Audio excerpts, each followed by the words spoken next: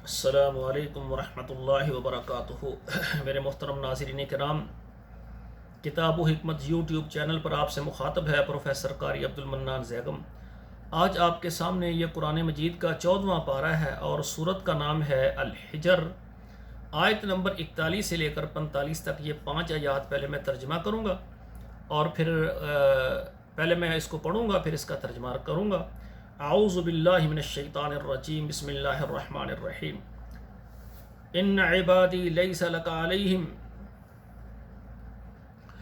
قال ھذا صراط علی مستقیم ان عبادی لیس لک علیہم سلطان الا من اتبعک من الغاوین وان جہنم لموعدہم اجمعین لہا 7 ابواب لکل باب منہم جزء مقسوم ان المتقین فی جنات وعیون۔ اللہ ذوالجلال فرما رہے ہیں قال ھذا صراط علی مستقیم، فرمایا یہ میری سیدھی راہ ہے۔ ان عبادی لیس لک علیہم سلطان، بے شک میرے بندوں پر تجھے کوئی زور نہیں ہے۔ الا من اتبعک من الغاوین، مگر جو بہکے ہوئوں میں سے وہ تیرے پیچھے لگ جائیں۔ وَإِنَّ جَهَنَّمَ لَمَوْعِدُهُمْ أَجْمَعِينَ، بے شک دوسک جو ہے جہنم ان کے لیے سب کے لیے یہ ہمارا وعدہ ہے۔ لہا 7 ابواب، اس کے 7 دروازے ہیں۔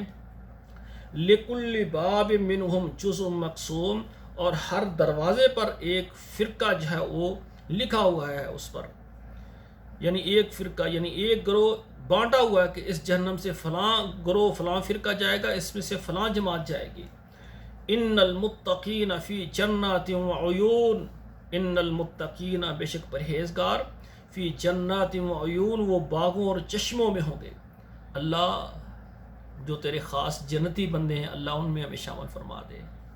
اللہ ہمیں شیطان کے شر سے محفوظ فرما۔ اللہ ہم تیری پناہ میں آتے ہیں۔